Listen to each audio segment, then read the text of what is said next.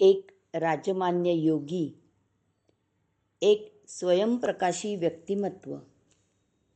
हिमालयात महाअवतार बाबाजींच्या दिव्यस्पर्शाने यांना अतींद्रिय शक्तीचा लाभ झाला आणि यांच्या दिव्यस्पर्शाने जगातील अनेक जण वेदनामुक्त झाले. परंतु हे व्यक्तिमत्व मात्र आज आपल्याला परिचित नाही. असे असले तरी त्यांच्या काळी मात्र ते या जगात सर्वत्र सुपरिचित होते.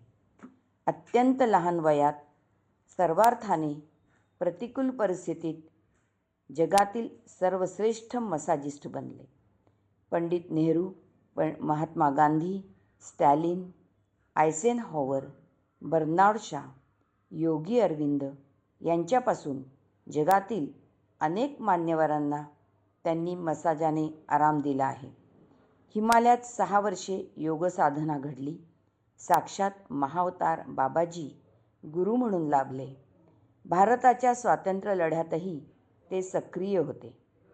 खरे म्हणजे जीवनातील सर्वच लढ्यात ते शौर्याने लढले.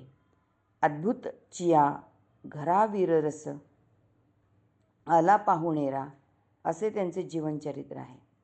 सह्याद्रीचे हे शिखर हिमालयाहून उंच आहे असेच आपणास हे चरित्र वाचून नक्की वाटेल.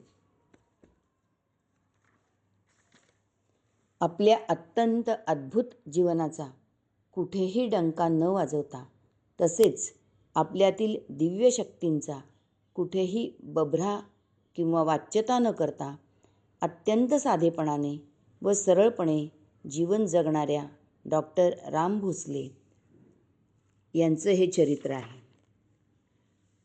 हा अद्भुत रसांचा सागरू, नवरसे भरले सरोवरू, की शब्द कळेचे लागवू, प्रकटले येथे. हे आनंद स्पंदाचे निधान, अद्भुता घरी पाहुणपण, नवरसांचे विस्मय मंथन, चरित्री इये. दिव्यस्पर्शी स्पंदनस्पर्शी हे चरित अवघे हृदयस्पर्शी, रसिक हृदये ओथंबती, भावप्रवाही कथाबळे. येथ रूढ नेत्रीचा संताप, क्षात्र तेज झळझळीत, वृत्ती आघवी अयाचित, दान न घेणे कदापिही.